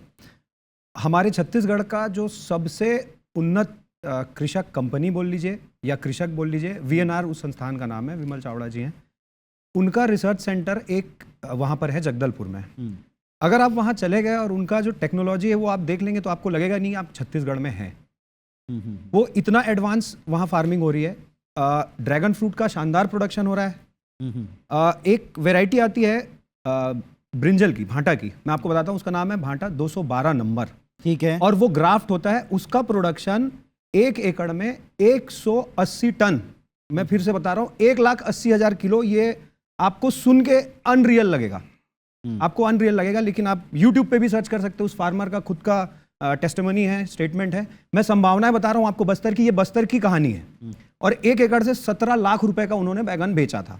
17 लाख रुपए कमाने के लिए आपको धान में कितनी खेती करनी पड़ेगी? और अभी जो राजनीतिक आरोप प्रत्यारोप लग रहे थे कि भाई किसानों को इतना दिया जाता है, दिए जाने, उसकी जरूरत नहीं है। मैं जब संभावनाओं की बात करता हूं तो मैं इस संभावना की बात कर रहा हूं। अब ग्राफ्टेड क्यों, ये बहुत इंपॉर्टेंट है। बस्तर का रीजन सैंडी सॉइल है, लाइट सॉइल है, वहां सॉइल बॉर्न डिजीजेस ज्यादा होते हैं। ग्राफ्ट करते हैं तो आप जो रूट स्टॉक है वो ऐसा सेलेक्ट करते हैं कि सॉइल बॉर्न डिजीजेस के अगेंस्ट उसमें रेजिस्टेंस हो ऑलरेडी, और ऊपर जो आप सायन उसमें ग्राफ्ट करते हैं वो फ्रूटिंग के लिए बेहतर हो। ये दोनों का कॉम्बिनेशन जब होता है, और ये प्रयोग छत्तीसगढ़ में हो रहा है, मैं पहला बात ये बता देना चाहता हूँ। दूसरी चीज, काजू का बहुत शानदार प्रोडक्शन वहां हो रहा है, आप लोग जान रहे हैं कि नहीं मैं नहीं जानता। काली मिर्च का बहुत अच्छा प्रोडक्शन हो रहा है बस्तर में।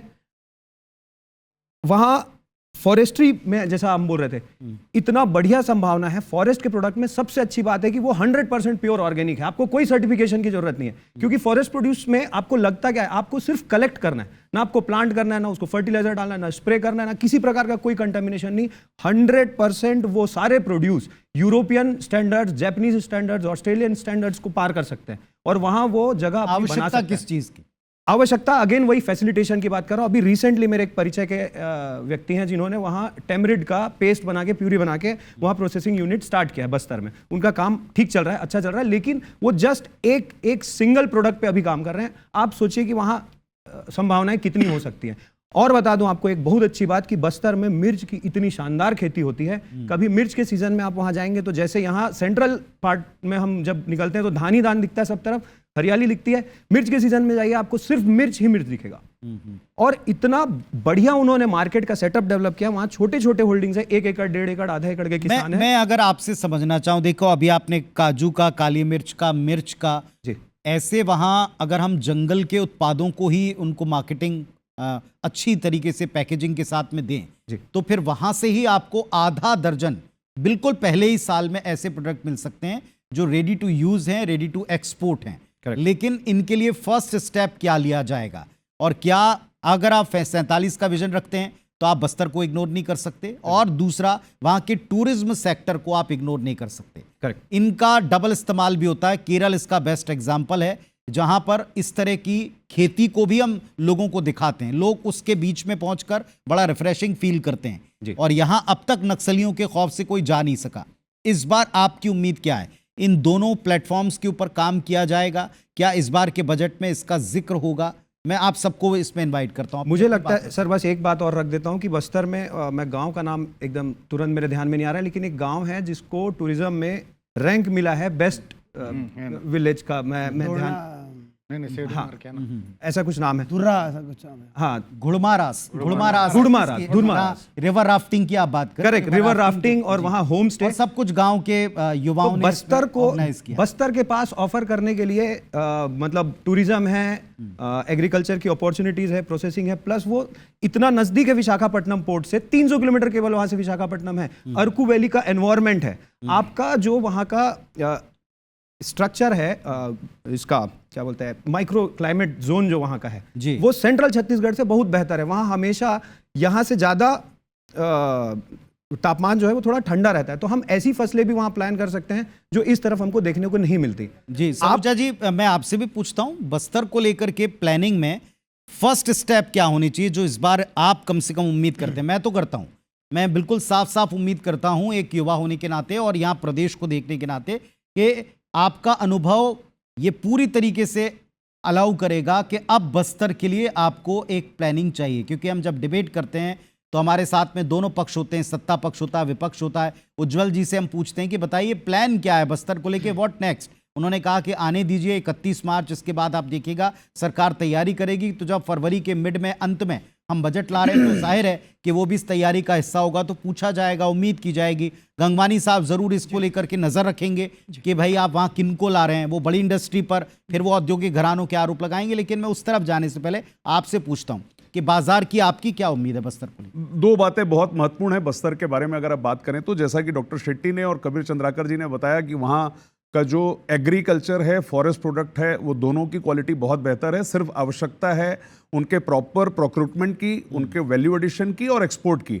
एक्सपोर्ट के लिए विशाखापट्टनम पोर्ट अब लगभग तैयार है। अब हमारे को सिर्फ वहाँ पर अगर हम कुछ ऐसी फैसिलिटी पैदा कर सकें जिसमें हम प्रोडक्ट के ऊपर वैल्यू एडिशन कर सकें। आज अगर हम गल्फ कंट्रीज़ में जाएँ तो गल्फ कंट्रीज़ में इमली के पेस्ट की बहुत ज़्यादा रिक्वायरमेंट है। इमली बहुत बड़ी मात्रा में हमारे पास जगदलपुर में मौजूद है। महुआ से बहुत अच्छे प्रोडक्ट बन रहे हैं। महुआ के प्रोडक्ट्स अब इंटरनेशनली ग्लोबली बिकने लगे हैं। महुआ को थोड़ा प्रोसेस कर दिया जाए तो न्यूट्रिशियस वैल्यू महुआ में बहुत अच्छी है।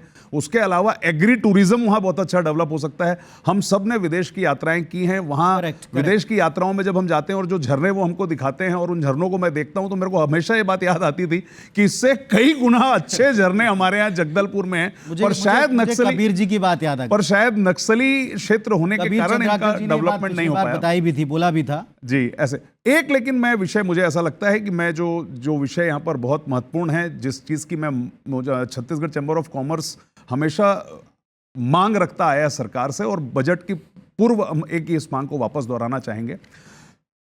चूंकि छत्तीसगढ़ में इंडस्ट्रियलाइजेशन भी बहुत है, हम एग्री की अगर बात करें तो इंडस्ट्रियलाइजेशन भी बहुत है। और इंडस्ट्रियलाइजेशन में मैं आपको बताऊं, एक इंडस्ट्री के ऊपर में ढेर सारे कंप्लायंसेस होते हैं। एक इंडस्ट्री को इतने प्रकार के कंप्लायंसेस पूरे करने होते हैं कि कई बार किसी उद्योगपति से उन कंप्लायंसेस को समय पे पूरा कर पाने में शायद चूक हो जाती है। ठीक है। तो क्या छत्तीसगढ़ सरकार इन कंप्लायंसेस को ऑटो रिन्यूअल मोड में नहीं डाल सकती क्या? यानी अगर किसी व्यक्ति का फैक्ट्री लाइसेंस खत्म हो गया है तो वो स्वतः रिन्यूअल, क्योंकि एक बार अगर उस व्यक्ति ने फैक्ट्री लाइसेंस प्राप्त कर लिया यानी उसको फैक्ट्री लाइसेंस के लिए जितनी आवश्यक चीजें थी वो उसके पास है, अब सिर्फ उसको फीस पटानी है। वो फीस नहीं पटा पाने के कारण कई बार उसके साथ दिक्कत होती थी। मैं आपको एक बात बताऊं, एक अगर आप कोल्ड स्टोरेज ले लें, कोल्ड स्टोरेज के अंदर में 25 से 27 कंप्लायंसेस हैं। अगर उसको FSSAI का लाइसेंस लेना है, फैक्ट्री लाइसेंस लेना है, पॉल्यूशन का लाइसेंस लेना है, और जो अधिकारी और जो कर्मचारी हैं वो अपनी ऑफिस में बैठ के इंतजार करते रहते हैं वित्त मंत्री से। जी हाँ, इस बारे में हमने छत्तीसगढ़ चैम्बर ऑफ कॉमर्स के प्रदेश अध्यक्ष श्री सतीश तौरानी जी के नेतृत्व में उनसे मांग की है और हमने उनसे आग्रह किया है कि छत्तीसगढ़ में उद्योगों को बढ़ावा देने के लिए ऑटो कंप्लायंसेस बहुत जरूरी है। जो भी कंप्लायंसेस हैं वो ऑटो रिन्यूअल जरूर होने चाहिए। चलिए, मैं आपकी बात को जरूर ध्यान रखूंगा और जरूर इस बात को डिबेट में भी उठाऊंगा। यहाँ हमारे साथ में डॉक्टर ब्रह्मे। डॉक्टर ब्रह्मे, हम अगर सेक्टर वाइज देखें तो कुछ तो हैं बुनियादी चीज़ें और हर बार इन पर आपको बजट रखना भी पड़ता है। खर्च हुआ नहीं हुआ इस पर विपक्ष नज़र रखता है, प्रदेश की जनता नज़र रखती है। शिक्षा है, स्वास्थ्य है, जन कल्याणकारी योजनाएं हैं, जो आर्थिक कल्याण से जुड़े हुए एकदम बुनियादी स्ट्रक्चरल चीज़ें हैं वो तो हैं। इंफ्रास्ट्रक्चर है, फिर आयात निर्यात और कमाई के ज़रिए अगर आपके पास में अभी बजट बनाने का या देखने का एक बेसिक ढांचा देने का मौका हो तो आप यहाँ के किस सेक्टर को सबसे संभावनाशील मानते हैं? क्योंकि इंडस्ट्री, यहाँ का खनिज और यहाँ का टूरिज्म, ये तीनों संभावनाओं से भरे। देखिए, जैसे जैसे इकोनॉमी आगे बढ़ती है, पर यदि आर्थिक इतिहास का पूरा इतिहास देखेंगे तो प्रत्येक देश या राज्य है वो एग्रीकल्चर पहले रहता है शुरू में, उसके बाद वो इंडस्ट्री की तरफ जाता है, फिर लास्ट में जब डेवलप्ड हो जाता है तो वो सर्विस सेक्टर की तरफ जाता है जी। ये एक जो डेवलपमेंट का एक पैटर्न है, पूरी दुनिया ऑल ओवर द वर्ल्ड ये पैटर्न पाया जाता है और छत्तीसगढ़ भी अभी उस दिशा में चल रहा है। जैसे मैंने पहले ही बताया कि कुछ जो मैच्योरिटी के साइन आ रहे हैं, हमारा सर्विस सेक्टर ठीक से ग्रो कर रहा है, बढ़ना ज़रूरी है। इसमें कुछ चीज़ें मैं ज़रूर कहना चाहूँगा कि जैसे इंडस्ट्री और एग्रीकल्चर और बस्तर के बारे में बात हुई, तो ये बहुत ज़रूरी है कि आप यदि विकसित छत्तीसगढ़ बनाना चाहते हैं, इंडस्ट्री लाना चाहते हैं, इन्वेस्टमेंट प्राइवेट लाना चाहते हैं, तो ये ज़रूर, क्योंकि हमारे देश में जो लॉजिस्टिक कॉस्ट जो ज़्यादा होती थी उसके कारण थोड़ी सी हमारी जो प्राइस कम्पिटिटिवनेस है वो कम हो जाता था। तो इसके लिए जो इंफ्रास्ट्रक्चर बनाया जा रहा है, क्योंकि आप जो है टूटी फूटी सड़कों से या इससे आप राज्य का विकास नहीं कर सकते, तो ये बहुत जो अच्छा प्रयास जो मैं कहूँगी कि कनेक्टिविटी के लिए और इंफ्रास्ट्रक्चर पे होना चाहिए। दूसरी बात जो बस्तर को लेके की जा रही है, तो आप देखते हैं कि अभी टैरिफ वार रहा और टैरिफ कम हुए, उसके साथ टैरिफ के साथ साथ इंटरनेशनल ट्रेड में और भी दूसरी बाधाएं होती हैं कि आपको सर्टिफिकेशन लेना होता है करने के लिए। तो ये जो बस्तर के संबंध में खास चीज़ें हैं जो वहाँ से एक्सपोर्ट हो सकती हैं, वहाँ पे चूँकि वो नेचुरल प्रोडक्ट है और वो ऐसे ही हम बाहर एक्सपोर्ट कर सकते हो, तो एक बहुत बड़ी संभावना बस्तर के अंदर है। और मैं उम्मीद भी कर रहा हूँ कि इस जो बजट है, जो कि अब जो ये समय है रिफॉर्म और परफॉर्म करने का, क्योंकि आपको विकसित छत्तीसगढ़ चाहिए तो ये सुधार और उसके साथ आपको उसके अनुकूल रिफॉर्म के साथ परफॉर्म करना पड़ेगा। जो कि रिफॉर्म्स किस तरह के, देखिए परफॉर्म तो ये डिसाइड होगा पैरामीटर्स के ऊपर, लेकिन रिफॉर्म्स किस सेक्टर में आप उम्मीद करते हैं? देखिए रिफॉर्म की जो बात है, जो जैसे इंडस्ट्री सेक्टर से या व्यापार क्षेत्र से बात की जाती है या गुड गवर्नेंस की बात की जाती है या ईज ऑफ डूइंग बिजनेस की बात की जाती है, तो इसके अंतर्गत जैसे पिछले बार कहा कि पिछले बार के जो केंद्र सरकार का बजट था वो हमारा रिफॉर्म एक्सप्रेस पे था, तो ये ज़रूर मैं भी इस जो बजट से उम्मीद लगा रहा हूँ कि राज्य इस रिफॉर्म में आगे बढ़े, जो इंडस्ट्री है और जो लेकिन अब फिर मैं कहूँगा कि 15% अगर आपके वृद्धि लक्ष्य के बीच में अनखर्च चीज़ें आपको दिखाई पड़े, जिनको आप खर्च नहीं कर पाए, इस परसेंटेज का यूटिलाइजेशन आप कैसे करेंगे? आपने कहा अभी है हमारे पास मौका, लेकिन कितना मौका, ये बात आप भी जानते हैं। हाँ, देखिए ज़रूर जो है कई बार ऐसा होता है कि जो प्रोजेक्ट बनते हैं उनका डीपीआर है या और दूसरी जो उनका कहें कि आप जो वो आना चाहिए, जो आप विज्ञापन करते हैं उसको करने के लिए, वो सारी चीज़ों में ज़रूर कभी इस तरीके की रुकावटें आती हैं।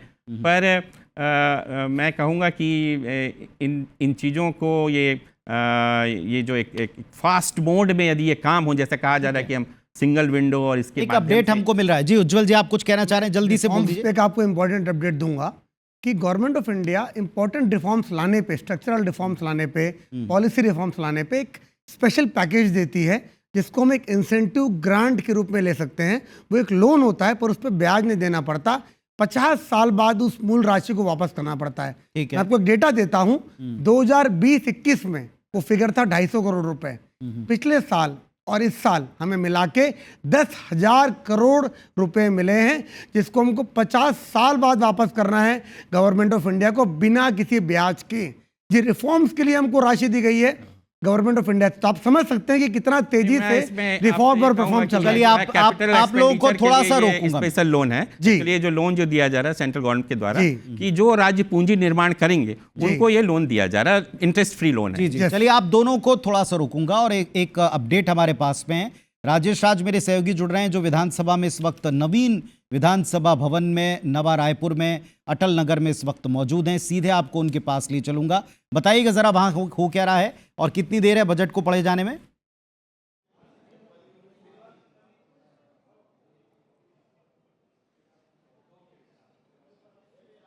जी बिल्कुल पुनीत, बस थोड़ी देर वित्त मंत्री ओपी चौधरी यहाँ पर पहुँच चुके हैं। लाल बैग उनका आपने सब देख ही लिया है। उसी लाल बैग से आज प्रदेश के जितने सारे लोग हैं, करीब 3 करोड़ आबादी, उसके लिए सौगातों की घोषणा होने जा रही है। उसके पहले एक फॉर्मेलिटी होती है या फिर एक वैधानिक प्रक्रिया कह लीजिए, वो होती है। वो ये होती है कि बजट पेश करने से पहले कैबिनेट की बैठक बुलाई जाती है, बजट को उसमें रखा जाता है और उसकी अप्रूवल लेनी होती है। एक वैधानिक प्रक्रिया है और वो प्रक्रिया अभी चल रही है। विधानसभा में कैबिनेट की बैठक चल रही है, मुख्यमंत्री समेत तमाम जो मंत्री है उसमें है और उसको एक आधिकारिक तौर पर मंजूर देने की जो प्रक्रिया होती है वो पूरी की जा रही है। और उसके जस्ट बाद अभी विधानसभा 12 बजे खत्म हुई है, प्रश्नकाल स्थगित किया गया है आधे घंटे के लिए और उसी आधे घंटे के समय में ये कैबिनेट अप्रूवल होगा बजट का। और उसके बाद 12:30 बजे समय है, वित्त मंत्री ओपी चौधरी उस लाल बैग को लेकर के सदन में प्रस्तुत होंगे और उसके बाद जो मच अवेटेड पल है कि इस बार का जो तीसरा बजट है वो किस थीम पर होगा, क्या चीजें होंगी, वो सामने आ जाएगी। कुछ बातें क्लियर होकर के छन करके साफ आ गई है है पुनीत, वो आपको बता दूं कि इस बार सुधार पर फोकस्ड बजट होने जा रहा है। वित्त मंत्री ओपी चौधरी ने कल ही कह दिया था कि पिछले 2 साल के जो बजट थे वो लोक कल्याणकारी योजनाओं को लेकर के थे, जो घोषणाएं थी बीजेपी की पार्टी की 2023 में, उसको पूरा करने वाली थी। लेकिन इस बार का जो बजट है वो सुधार पे फोकस्ड होगा, यानी किस तरह से इकोनॉमी को गति दी जा सके, इंफ्रास्ट्रक्चर पर ज्यादा पैसा खर्च किया जाएगा, ऐसे कामों पर खर्च किया जाएगा जिससे रोजगार और जिससे मल्टीप्लिकेशन पैसे का हो सकता है। पिछले साल जो पीडब्ल्यूडी जो सबसे बड़ा स्ट्रक्चरल बजट होता है वो इस बार काफी बढ़ा है, 8,000 करोड़ का था, इस बार करीब 9,500 करोड़ का होने जा रहा है, यह अनुमान किया जा रहा है। तो जैसे ही आप पूंजीगत व्यय में पैसे ज्यादा देंगे, आपकी विकास के जो पहिए हैं वो तेज होंगे। सुधारात्मक ई गवर्नेंस से लेकर के गुड गवर्नेंस से लेकर के दूसरे परफॉर्मेंस तक में भी है, आप उसमें देखेंगे। और साथ साथ में कुछ लोक लुभावन जिसको हम वेलफेयर स्कीम कहते हैं, यानी कुछ नई घोषणाएं हैं, वो भी आपको महिला, युवा, अन्नदाता, किसान, इन सब के सेक्शन में देखने को मिलेगा। तो कुछ चीजें छन के आनी शुरू हो गई है। ये तो आप लोगों ने हालांकि बहुत प्रयास किया, राजेश, हमने देखा भी, सुना भी, खूब खोद कर पूछने की कोशिश की, लेकिन हर बार मुस्कुराकर अपने चिर परिचित अंदाज में वहां से वित्त मंत्री जी निकल गए। और अब कुछ देर बाद जब वे सदन के पटल पर वाकई बजट भाषण पढ़ना शुरू करेंगे तो ज्ञान और गति के बाद आगे क्या, वैसे हमको एक नया शब्द मिला, सुधार। और बिल्कुल ठीक इसी बात पर अभी यहाँ डॉक्टर ब्रह्मे जी बात कर रहे थे कि रिफॉर्म्स के ऊपर आपको काम करना होगा, लेकिन ऐसा हो नहीं सकता कि हाँ बिल्कुल आप परफॉर्म के ऊपर भी, लेकिन परफॉर्मेंस तो आप बाद में दिखाएंगे ना, उसके पैरामीटर्स जो होंगे उनके ऊपर आप बात करेंगे। लेकिन फिलहाल में विपक्ष की नज़र किस पर रहने वाली है, किन बिंदुओं पर? बड़ा होमवर्क करके आए हैं आप अजय जी, मैं आपसे पूछता हूँ, आपकी उम्मीदें पूछना ये ज़्यादा बेहतर होगा या आप किन पर नज़र रखने वाले हैं, ऐसे कुछ कॉलम खींच लाएं? जी महत्वपूर्ण है जितनी, देखिए अभी आपके चैनल पे माननीय वित्त मंत्री ओपी चौधरी जी के पे बहुत प्यारी मुस्कान थी।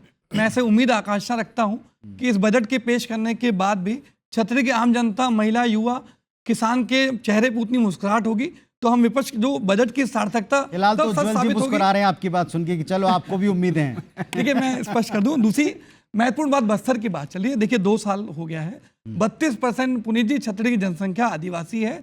मैं चाहता हूं कि इस बजट में बस्तर और सरगुजा के आदिवासियों के लिए स्पेशल पैकेज, कोई विशेष योजना या सब्सिडी आर्थिक सहायता की बात की जाए। जिस प्रकार से केंद्रीय बजट में छत्तीसगढ़ पूरी तरह खाली हाथ रहा, डबल इंजन के शाखा का दावा किया गया, लेकिन छत्तीसगढ़ के ना कोई योजना दी गई, ना कोई पैकेज दिया गया। दूसरी महत्वपूर्ण बात है कि बस्तर की हमारी पहली प्राथमिकता थी। गलत बयानी है, कितना पैसा मिला है? ऐसे लोगों को ना बुलाया, मेरा निवेदन ऐसे कुछ नहीं मिला, मिला है भाई। क्या मिला बताइए, बैठे हमारा आपका राज्य है गंगवानी जी, जिम्मेदारी है, ऐसा कैसे बोल सकते हैं कि कुछ नहीं मिला? तो ऐसे प्रवक्ता को ना नहीं, ये आप डिसाइड नहीं करेंगे गंगवानी। मेरा निवेदन है, ये चैनल का विशेष अधिकार है कि किसको बुलाएंगे और किसके अगेंस्ट नहीं बुलाएंगे। अगर आपको नहीं आ रहा तो पर्सनल कमेंट ना करिए, ये बात पर्सनल कमेंट ना करिए। एक मिनट अजय जी, इस बात पे गहरी आपत्ति है मेरी, अजय जी, इस बात पे गहरी आपत्ति है मेरी। उज्ज्वल जी और अजय जी, एक पहले मेरी बात सुन लीजिए, मेरा निवेदन सुन लीजिए। मेरे दृष्टि में और जो हमारी टीम उसकी दृष्टि में आप दोनों के पास तर्कों का भंडार है, थोड़ा तर्कों पर रहिए, कोई भी पर्सनल कोई कमेंट ना करिए। और ये बात से मैं सहमत हूं, किसको बुलाया जाता है, क्या विषय रखा जाता है, कुछ अधिकार हमारे पास भी रहने दीजिए, बाकी आप अपनी बात रखिए। बोलिए उज्ज्वल जी, एक मिनट अपने वक्त पर बोलिए। ये राजनीतिक बहस वाला विषय नहीं है, आप किसको बुलाएंगे किसको नहीं। चलिए उज्ज्वल जी, हो गई बात हो गई। नहीं गंगवानी जी, ये बात दूसरी बार बोल रहे हैं आप। नहीं, ये बात आप पहले माफी मांगिए, ये आपको बोलने का अधिकार नहीं है। अजय जी और उज्ज्वल जी, प्रवक्ता नहीं बनाना चाहिए ऐसे व्यक्ति को। मैं बोल सकता हूँ आपके जैसे व्यक्ति को प्रवक्ता नहीं बनाना चाहिए कांग्रेस पार्टी। यही तरीका है पुनीत जी, यही देखिए चरित्र। इसीलिए आपसे कह रहा हूँ, आप लोग अगर पर्सनल कमेंट करेंगे आप लोगों की पर्सनल लड़ाई बन जाएगी और दर्शकों को आज आपसे तर्क चाहिए। लेनी चाहिए इस बात पे, पहले इस आपत्ति को मैं ले चुका हूँ, आपके मना करना चाहिए ऐसे प्रवक्ता को, सुनिए ऐसे पर्सनल कमेंट करने से। हम यहाँ राज्य की बात कर रहे हैं, आप एक बात बताइए, बजट की बात। एक मिनट उज्ज्वल जी, ऐसे प्रवक्ता को नहीं बोलाना। आदरणीय उज्ज्वल जी और आदरणीय अजय जी, मैं आपसे फाइनल रिक्वेस्ट कर रहा हूं, आप दोनों को हमने क्या माना हम आपको बता चुके हैं, आपके पास तर्क है, आपके पास तैयारी है, इस तरह के शब्दों की कोई जरूरत नहीं, बिल्कुल आपके पास घेरने के लिए। देखिए और एक बात है, ये अजय जी से भी मैं कहता हूं, अगर आपके प्रश्नों का उत्तर नहीं मिल रहा, जनता देखती है। और अगर आप गलत, एक मिनट, अगर आप गलत प्रश्न पूछ रहे हैं, गलत फैक्ट रख रहे हैं, ये भी जनता को पता है। सब ज़हीन है आजकल, सबके हाथ में इंटरनेट है, सबके पास जानकारी का पावर है। आपकी कई एक बात चेक भी होती है और उस पर कमेंट भी होते हैं। प्लीज अपनी बात रखिए। देखिए महत्वपूर्ण बात कह रहा हूँ, इस बजट से छत्तीसगढ़ आम जनता क्या चाहती, जो बढ़ती महंगाई उसके लिए ठोस कदम उठाए जाए, यहाँ के युवाओं को रोजगार के लिए कुछ ठोस कदम उठाया जाए। महत्वपूर्ण बात है जो बढ़ती आर्थिक असमानता उसके लिए प्रयास किया जाए। एक महत्वपूर्ण उदाहरण आपके चैनल पर पेश कर दूं, पेट्रोल और डीजल पर 11 साल में केंद्र की मोदी सरकार 35 लाख करोड़ रुपए एक्साइज ड्यूटी को वसूल चुकी है। आप बहुत वरिष्ठ पत्रकार हैं, क्रूड ऑयल की कीमत में 40 से 50% की कटौती हुई है, क्या उसका सीधा फायदा देश की जनता को, छत्तीसगढ़ की आम जनता को नहीं मिलना चाहिए? मैं उम्मीद करता हूं इस बजट में अगर पेट्रोल डीजल पर कुछ कटौती की जाएगी उसका सीधा प्रभाव यहाँ की महंगाई पे पड़ेगा, यहाँ के रोजगार पे पड़ेगा, पूरी अर्थव्यवस्था पे पड़ेगा। ये आपकी नैतिक जिम्मेदारी है कि डबल इंजन की सरकार का दावा करने के बजाय ऐसे ठोस कदम उठाया जाए जिससे महंगाई नियंत्रित हो, रोजगार क्रिएट हो, यहाँ की महिलाओं का घरेलू बजट बेहतर हो, कर्मचारियों को फायदा हो, किसान अन्नदाता ज्यादा सुखी हो, शिक्षा, स्वास्थ्य, सड़क, पानी, बिजली जो। अब आप एक बात मुझे बताइए, अब मेरा एक सवाल है आपसे। जी। मैंने आपसे पूछा कि आप किन बातों पर नजर रखेंगे। देखिए यही एक समस्या है थोड़ी सी, या ये शिकायत है कि हम जब राजनीति करने उतरते हैं तो हम एक कैनवास में इतने सारे रंग भर देते हैं ना कि वो एक ऐसा आर्ट का नमूना बन जाता है कि शायद किसी की समझ में ना आए। तो मेरा भी आपसे यही रिक्वेस्ट है कि आप किन पैरामीटर्स पर, आप किन 4 बातों पर या 3 बातों पर आप फोकस करने वाले। अब समय निकल गया, आप थोड़ा दूसरे को सुनिए। बात कर रहा हूं, आप थोड़ा दूसरे को सुनिए। अजय जी, की 3 मुद्दे हैं। अजय जी, जो भी दर्शक आपके चैनल पे देख रहे हैं, अजय जी अब जरा उत्तर सुनने का भी थोड़ा मादा रखिए। उज्जवल जी, अब मैं आपसे पूछता हूं, अब की बार हमको ये इंडिकेशन मिल गया कि सुधार पर, और एक यहां से भी हमको मिला कि आप रिफॉर्म और परफॉर्म के ऊपर जाने वाले हैं। बस्तर के लिए आप जरूर इसमें ओपनिंग स्टेटमेंट के साथ में ही इसे उपलब्धि बताएंगे कि देखिए हमने उसे साफ कर दिया और अब उसके लिए क्या प्लानिंग, क्योंकि हम भी जानना चाहते हैं कि अब बस्तर में व्हाट नेक्स्ट, अब आप वहां पर क्या करेंगे। एक कार्यकर्ता के नाते और व्यक्ति के नाते आपको क्या लगता है? मैं एक छत्तीसगढ़ वासी होने के नाते आपको जवाब दूंगा, कार्यकर्ता होने के नाते नहीं। एक बड़ा स्टेटमेंट आपने सुना होगा प्रधानमंत्री मोदी जी का और अमित शाह जी का कि बस्तर को सबसे समृद्ध एरिया हम बनाएंगे। ये बात अपने आप में काफ़ी है कि सिर्फ राज्य सरकार की नहीं, वहाँ की जिला प्रशासन की नहीं, केंद्र सरकार की प्रायोरिटी में बस्तर है। और केंद्र सरकार की प्रायोरिटी थी तभी वो जो जिला है, वो जो संभाग है, वो जो एरिया है, इतने साल बाद, दशकों के बाद नक्सल मुक्त होने जा रहा है, जिसमें कांग्रेस का हाथ था, जिस कांग्रेस ने नक्सलियों को आगे बढ़ाया, नक्सलियों को पोषित किया, नक्सलियों को खाना खिलाया, नक्सलियों को छूड़ा खुली छूट को सौंप देते हैं, जिन्होंने अपने नेताओं को मरवाया, ऐसे कांग्रेस द्वारा पोषित बस्तर को हम संभाल रहे हैं, हमने बनाया है, हम नहीं संभालेंगे। जी अपने पूंजीपति मित्रों को सौंपने की साजिश कर रहे हैं। आदिवासी हित की तो बात ही नहीं करेंगे। आ गए वो आरोप भी आ गए। अब जरा दोनों रुक जाइएगा। अजय जी, अजय जी, उज्जवल जी, अजय जी, उज्जवल जी, अजय जी, उज्जवल जी, आदिवासी हित की बात नहीं करेंगे। चलिए विधानसभा आपको लिए चले, विधानसभा से लाइव हो गया। अजय जी, अजय जी, विधानसभा से लाए दलालों को हाथ में नहीं देंगे। दलाल आपके हैं ना, जरा थोड़ा धैर्य रखिए, थोड़ा धैर्य रखिए। ये आपके राजस्व मंत्री हैं कि स्वास्थ्य मंत्री कौन दलाल है, बता दीजिए चैनल पे। नौकरी चोरों के हाथ में नहीं देंगे, वो तो दिख रहा है। अरे जरा देखिए साहब, के हाथ में नहीं देंगे। एक मिनट उज्जवल जी, कमीशन ले लीजिए, भूपेन्द्र नहीं जा रही आवाज। प्रदेश के रजत जयंती के अवसर पर प्रस्तुत हो रहा है।